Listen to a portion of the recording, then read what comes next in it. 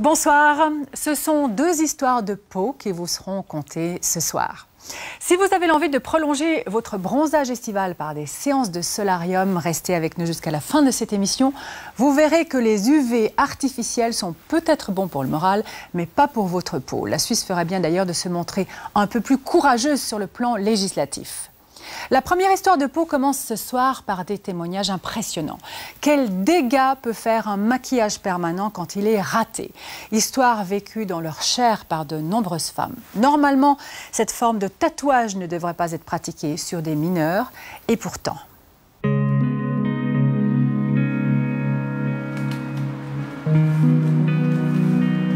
Je pensais avoir une asymétrie au niveau de la lèvre supérieure. Je le trouvais trop mince. J'ai décidé de rectifier ça en me faisant donc un tatouage permanent chez un vrai tatoueur. Il m'a tatoué 1 centimètre, un bon centimètre au-dessus de la lèvre supérieure et avec les coins aussi, dans un violet très profond qui a viré par la suite au rose, violine, brun, beige. Enfin, j'ai eu 13 couleurs sur la lèvre supérieure et à vie, donc des pigments qui ne se résorbaient pas. Bon, la douleur, c'est quelque chose d'épouvantable, hein, notamment parce que ça touche les centres nerveux, surtout en dessous du nez. Et ça m'a carrément fait des trous dans la peau. Pour vous dire, l'intensité et la profondeur de l'aiguille, c'était très douloureux, vraiment. Et c'est une fois le travail entre guillemets fini, que j'ai constaté la catastrophe. Hein. J'étais défigurée, j'étais complètement défigurée. Karine avait 15 ans lorsqu'elle est tombée entre les mains d'un tatoueur sans scrupules. Son cas est un exemple extrême de ratage qui illustre les pires pratiques dans le domaine du tatouage et du maquillage permanent. On touche le visage des gens, c'est pas rien, c'est toute l'identité. Quelqu'un qui est raté au niveau du visage, il est défiguré, il y a une perte d'identité, donc psychologiquement c'est aussi un impact énorme.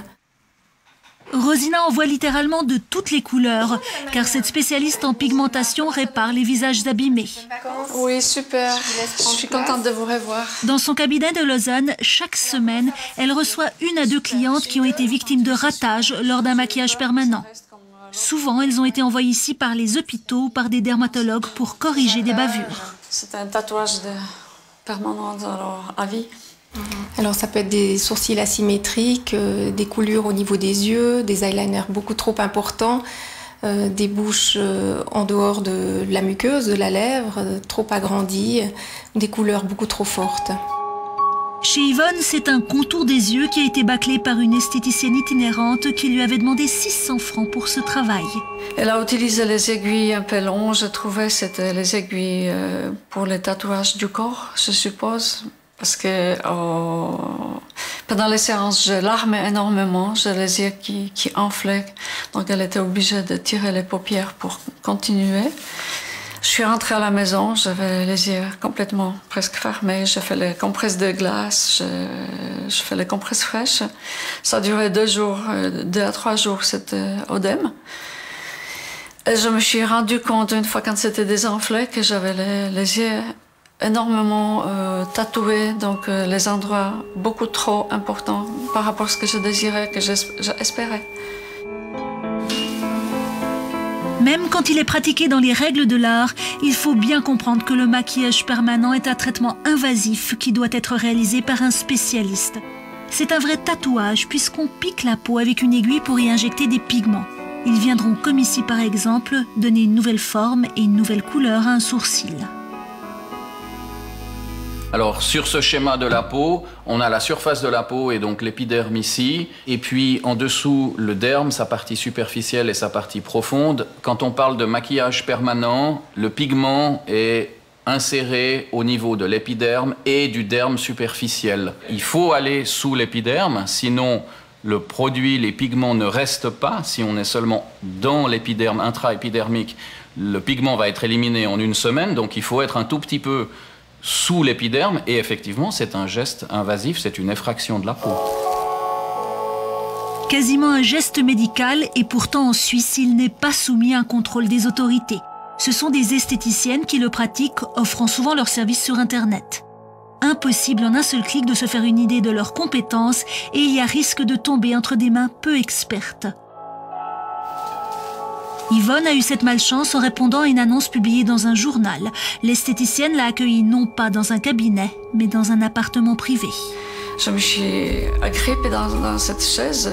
C'était une chaise fauteuil du salon. C'était même pas équipé pour... elle s'est même pas lavé les mains. Je pensais que... J'avais pas d'idée comment ça se fait. Je pensais que ça se fait pour tout le monde pareil. Et puis qu'il y avait les autres personnes qui passaient avant moi. Donc j'étais très confiante. Terriblement naïve. Naïveté, inconscience, manque d'information, le cocktail peut se révéler dévastateur. À Berne, l'Office fédéral de la santé publique est au courant de ces mauvaises pratiques. Reste que pour l'instant, nos autorités se contentent de la publication toute récente d'un code de bonne conduite destiné aux professionnels, mais non contraignant. Pour protéger le consommateur, il prévoit un questionnaire santé qui prévient le client des risques encourus et des contre-indications éventuelles. Nous, on recommande en fait que chaque personne intéressée à se faire tatouer ou à avoir un maquillage permanent doit au préalable vraiment y réfléchir et être conscient que ces pratiques présentent un risque pour leur santé. Donc par rapport aux risques, il y a des risques d'infection, des risques d'allergie, des risques également sur la peau, donc à long terme. Une fois qu'elles ont donc bien réfléchi et qu'elles veulent quand même se faire tatouer, on leur recommande en fait d'aller consulter un médecin pour vérifier qu'elles n'ont pas de problème d'allergie. Et également de choisir donc un studio de tatoueurs qui est propre, où elles ont l'impression que les règles d'hygiène sont garanties. Dans ce salon à Genève, Sandra Viglino prend ses recommandations très au sérieux. En fait, elle n'a pas attendu Berne pour appliquer ses propres règles. C'est tout d'abord des gestes méticuleux pour garantir la propreté de ses instruments. Elle est l'une des rares esthéticiennes en Suisse romande à avoir obtenu un label de qualité délivré par un organisme privé. Avec chaque nouvelle cliente, il y a d'abord une consultation préalable. Ensuite, Sandra fait remplir un questionnaire détaillé d'une 15aine de pages. Cela me permet à moi de savoir son état de santé. Cela me permet aussi de savoir si je peux la traiter ou pas, si elle est apte au traitement. Et elle aussi, en lisant ces documents, elle va se rendre compte de l'importance quand même de ce traitement. Que c'est pas juste anodin, on va pas juste faire un maquillage permanent. Ça va, il n'y a pas que des bonnes choses dans ce traitement, il y a aussi des possibilités d'allergie ou de risque d'infection et ça, il faut qu'elle soit au courant de cela. Le problème, c'est que très souvent, ce traitement est banalisé, comme le montre l'enquête de terrain réalisée par l'équipe d'À Bon Entendeur. Nous avons contacté 23 instituts de beauté dans les 3 cantons où se concentre une majorité des maquilleuses, soit Genève, Vaud et Valais. J'appelle parce que j'aimerais faire un maquillage permanent des yeux. Comme le ferait n'importe quelle cliente ou client, nous avons pris des renseignements préalables pour réaliser un contour permanent sur le dessus de la paupière. Cela nous a permis de vérifier si ces instituts donnent les informations nécessaires lors d'un premier contact et mentionnent le questionnaire santé. Malheureusement, cela a rarement été le cas. Un traitement banalisé, des informations souvent insuffisantes, donc une situation assez inacceptable. C'est ce que montre l'enquête que vous avez menée, Françoise Vallet-Emer, avec Nicolas Palais et nos recherchistes. Bonsoir. Bonsoir. Peu d'instituts que nous avons contactés nous ont donné des détails lors de la première visite sur les contre-indications, par exemple. Ça, c'est assez inquiétant. Oui, effectivement, les résultats de l'enquête sont décevants et inquiétants. Inquiétants parce qu'un quart seulement des instituts contactés ont donné une information complète à nos enquêtrices. Une information sur le type de traitement, son suivi, le type de pigment utilisé, les risques et la nécessité de remplir ce questionnaire médical. Donc un quart seulement, une moitié des instituts contactés ne s'est pas donné cette peine. Donc pas d'informations détaillées, pas de mention du questionnaire santé à remplir, pas de mention de contre-indication, par exemple en cas de diabète, d'hépatite ou simplement d'allergie. Les entretiens ont été expédiés souvent en quelques minutes et pour l'anecdote, une esthéticienne a même répondu à l'une de nos enquêtrices tout en tatouant une autre cliente. C'est pas vraiment rassurant. C'est même très léger. Alors parlons parlons prix quand même, ce sera intéressant. Pour la même demande de nos recherchistes, c'est-à-dire un trait d'eyeliner permanent sur la paupière, les réponses des instituts contactés ont été assez différentes. Oui, là aussi c'est surprenant, les prix passent simplement du simple au quadruple. La prestation la moins chère, on a trouvé un tarif à 180 francs, la plus chère à 800 francs. Alors, est-ce qu'on peut faire une corrélation entre le prix et la qualité de l'information préalable, en fait? Oui, là aussi, il y a une corrélation, une constante, en fait, assez nette. Là où le traitement est banalisé, les tarifs aussi entre 180, 200, 300 francs. Là où l'accueil est plus professionnel, où il y a plus d'informations, eh bien, ces tarifs sont le double ou le triple. Donc, mais il faut faire attention. Nous, on a fait une corrélation entre information et prix, non pas entre traitement et prix, mais ça donne une idée du sérieux de ces instituts contactés et en l'occurrence du manque de sérieux de certains de ces instituts. On va parler tout de suite de la pratique. Restez avec nous, Françoise. Nous n'avons pas poussé le sens du sacrifice de nos recherchistes en leur demandant de se faire pour de bon ce maquillage permanent, évidemment. C'est la raison pour laquelle nous n'avons pas pu juger de la pratique même des différents instituts contactés. Un maquillage permanent réussi ou raté dépend du sérieux de la formation, de l'expérience, de la précision du geste, de l'hygiène bien sûr et de la qualité des pigments. Or là aussi, il y a un sacré problème. Qu'elles servent à maquiller ou à tatouer, les couleurs ont longtemps échappé à tout contrôle de qualité, et cela s'en ressent. L'enquête inédite publiée mi-juillet par l'Office fédéral de la santé publique a révélé une situation consternante. 80% des échantillons de couleurs prélevés par les chimistes cantonaux en Suisse ne sont pas conformes aux normes légales en vigueur depuis 2008. Certains lots ont dû être retirés de la circulation. Parmi les résultats obtenus, il y a eu 41% des échantillons de couleurs contrôlés qui ont dû être interdits d'utilisation parce qu'ils présentaient un danger pour la santé des consommateurs. Et parmi ces échantillons, on a pu détecter des colorants interdits, des agents de conservation non admis ou des substances dites cancérigènes. On est certes vraiment très déçus par ces résultats qui sont insatisfaisants et qui démontrent clairement que les fabricants ou utilisateurs de couleurs de tatouage ne prennent pas ou n'ont pas pris au sérieux et n'ont pas pris leurs responsabilités par rapport à leurs produits. Il y a 5 ans déjà, une enquête d'un bon entendeur révélait la présence de substances cancérigènes dans certaines couleurs utilisées par les tatoueurs. Des couleurs qui appartiennent à la même famille de colorants utilisés dans les peintures industrielles comme certains verres. Le vert, c'est du vert de panneaux d'autoroute. Quand on a fait la réunion avec les toxicologues à Berne, c'est ce qu'on a retrouvé. C'était du vert de panneaux d'autoroute, c'était le même fournisseur que les panneaux d'autoroute suisses. Prudence donc avec les couleurs utilisées, d'autant plus qu'il est difficile de les effacer même au laser. Que le tatouage soit sur le corps ou sur le visage, l'opération est longue et coûteuse. Par exemple, effacer ce sourcil a demandé 9 séances de laser pendant 2 ans et plusieurs milliers de francs. Mais attention, toutes les couleurs ne se prêtent pas à cette technique. Malheureusement, certains pigments, principalement couleur chair, beige, rose, ont tendance à virer au noir après l'impact laser. Donc il est clair que si une patiente vient avec un tour de bouche mal fait, couleur chair, je ne vais pas aller faire une séance d'essai laser sur la lèvre parce que si ça vire au noir, c'est une catastrophe. À ce moment-là, ne reste plus que des réparations chirurgicales, mais qui, elles, vont laisser forcément des cicatrices. Alors voilà, Madame Magnin. C'est génial. Je suis ça vous plaît? Super contente. Dans d'autres cas, il est possible de camoufler le ratage avec un nouveau tatouage. Yvonne a choisi ce traitement. Le contour noir qui débordait largement a été recoloré avec un pigment clair pour corriger les bavures au coin des yeux. Maximum 2 et puis vraiment, ça n'a plus rien à voir avec avant. Hein. C'est génial, vraiment. Ça m'a transformée. Quant à Karine, il lui a fallu plus d'1 année de traitement douloureux pour effacer le trait foncé qui ourlait sa lèvre. Alors, je vais juste regarder si on a besoin de retoucher quelque chose. Alors, je vais d'abord regarder les lèvres. Sandra a réparé les dégâts en 3 étapes. Une dépigmentation par solution saline, suivie d'un camouflage et finalement d'un nouveau contour des lèvres. Au total, Karine aura payé 5000 francs pour tous ces traitements réparateurs. Son premier tatouage raté lui avait à l'époque coûté une centaine de francs. L'Office fédéral de la santé publique a dressé une liste noire des couleurs retirées du marché. C'est déjà ça. Les risques devraient encore un peu diminuer avec une découverte américaine qui nous arrivera vers la fin de l'année. Des nouvelles couleurs faites pour la peau qui s'effacent en 3 séances. Mais ça n'efface pas pour autant tous les autres risques dont nous avons parlé et le manque de réglementation contraignante. Maintenant, Françoise, si quelqu'un tient absolument à se faire un maquillage permanent, quels sont les conseils des professionnels?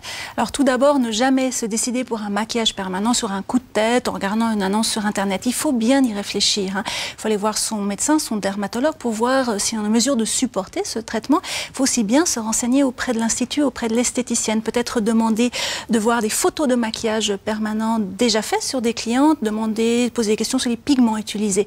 Enfin, dernier conseil, si la personne s'est décidée, mais qu'au moment du début du traitement, lorsqu'elle est même déjà sur le fauteuil, il y a un doute parce que peut-être tout d'un coup l'esthéticienne qui vient faire le maquillage n'est pas celle qui a renseigné la cliente ou le client. Dans ce cas, un seul conseil donné par les professionnels, levez-vous et fuyez, ça vaut mieux qu'un ratage. Fuyez, prudence. Merci beaucoup Françoise. Et puis, précision encore évidemment, vous retrouverez toutes ces informations sur notre site internet. C'est l'une de ces petites bombes qui a éclaté cet été et qui aurait dû faire bouger un peu plus nos autorités sanitaires. Les rayons UV des cabines de bronzage sont désormais classés dans la catégorie des cancérigènes avérés par le Centre international de recherche sur le cancer qui dépend de l'OMS. Or, rien n'est plus simple que de se faire tanner la peau dans une de ces cabines de bronzage en self-service, sans surveillance. Certains pays les ont interdites, pas la Suisse. Une simple pièce de 5 francs et vous voilà prêt à bronzer sous un soleil artificiel. Bronzer ou griller, car oui, en Suisse, ces cabines sandwich sont pour la plupart accessibles sans contrôle ni avertissements médicaux quant aux risques encourus. Contrairement à la Belgique ou l'Allemagne, la Suisse ne dispose toujours pas de loi pour réglementer l'accès au solarium. On sait pourtant depuis des années qu'il est dangereux de s'exposer trop longtemps et trop fort au rayonnement ultraviolet. C'est pourquoi certains dermatologues militent activement pour une réglementation plus sévère. Au CHUV, le professeur Panizzone vise en particulier les solariums self-service. Oui, ça me choque, surtout pour les mineurs, pour les enfants. Parce qu'on peut s'imaginer, ils ont leur monnaie, ils mettent la monnaie là-dedans, et puis ils se grillent sous ces lampes. Alors moi je trouve qu'il faut absolument, ça serait une mesure immédiate, d'arrêter les automates pour les mineurs. Petit rappel, qu'ils soient d'origine naturelle ou artificielle, les rayonnements ultraviolets de type A pénètrent profondément dans la peau, la brunissent immédiatement et en accélèrent le vieillissement. Les UVB brûlent les cellules en surface et bronzent la peau de façon plus persistante. Surtout, ils attaquent notre ADN et, combinés à l'effet des UVA, ils peuvent à terme déclencher l'apparition d'un mélanome malin, le cancer cutané le plus mortel. Dans les cabines de bronzage, les rayons UVB sont aussi forts que ceux émis par le soleil à son zénith et les UVA 6 à 10 fois plus puissants. Ces lampes artificielles font courir 2 types de risques au public. Alors à court terme, c'est simplement un coup de soleil. Ça arrive chaque année, en tout cas ici chez nous, on voit 1 à 2 cas qui se brûlent. C'est typique, c'est une jeune femme, elle pense se préparer pour les vacances. Malheureusement, pour elle, il n'y avait probablement pas seulement les UVA, mais aussi les UVB. Et voilà, soit elle s'est endormie, soit elle a mis plusieurs fois de la monnaie dans l'automate, personne n'était là. Et puis voilà qu'elle est arrivée dans un état grave avec le corps entièrement rouge, émacié et préparé pour avoir des bulles sur tout le corps. À pas oublier même les yeux, parce que ces lampes sont aussi dangereuses non seulement pour la peau mais aussi pour les yeux. Puis après, il y a les effets à long terme. Pour les femmes, c'est toujours intéressant de mentionner le vieillissement de la peau, qui est vraiment accéléré. Et de l'autre côté, comme on sait, nous tous, c'est les cancers de la peau. La cause est entendue. Cet été, les scientifiques de l'OMS, basés à Lyon, ont classé les solariums dans le groupe des cancérigènes avérés, aux côtés de l'amiante et de la cigarette, par exemple. Ils affirment que le risque de mélanome cutané augmente de 75% quand on utilise des cabines de bronzage avant l'âge de 30 ans. À l'Office fédéral de la santé publique, cela donne des arguments supplémentaires aux scientifiques qui travaillent sur un projet de loi dont certains articles pourraient restreindre l'accès au solarium. L'annonce de l'OMS confirme que nous sommes sur le bon chemin, et cela depuis plusieurs années déjà. Nous déconseillons très clairement les solariums car ils sont néfastes pour la santé et ils peuvent déclencher le cancer de la peau. Est-ce que ça veut dire que les solariums self-service seront interdits ? Cela pourrait être une conséquence du projet de loi. Il n'y aura pas d'interdiction générale des solariums. Nous allons plutôt poser des conditions cadres de sorte à veiller à la sécurité et à la santé des consommateurs. À voir si dans ces conditions il sera encore possible d'exploiter des solariums self-service, mais à mon sens, cela ne sera plus le cas.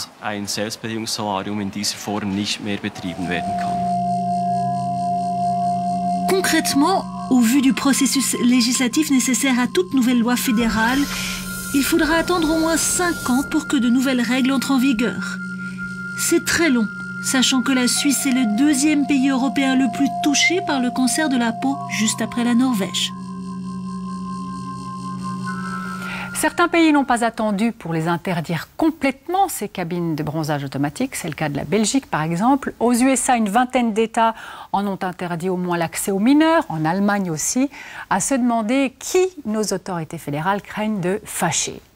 Cela dit, certains propriétaires de solarium ont répondu à notre interpellation, comme Metrosun et EasySun. Le premier a beau jeu de nous dire qu'il attend des directives officielles et que c'est difficile de prendre des mesures avant. Le deuxième nous assure que les rayons de ces cabines ne sont pas plus nocifs que ceux du soleil. Nous, à bon entendeur, nous disons que vu la lenteur au niveau fédéral, on pourrait agir au niveau cantonal et interdire purement et simplement ces solariums self-service pour sauver votre peau. C'est d'ailleurs une erreur de penser qu'il est bon de préparer votre peau avant l'été. Au contraire, vous entamez votre capital soleil. En revanche, le solarium peut être recommandé en cas de maladie de la peau, comme le psoriasis, mais sous contrôle médical.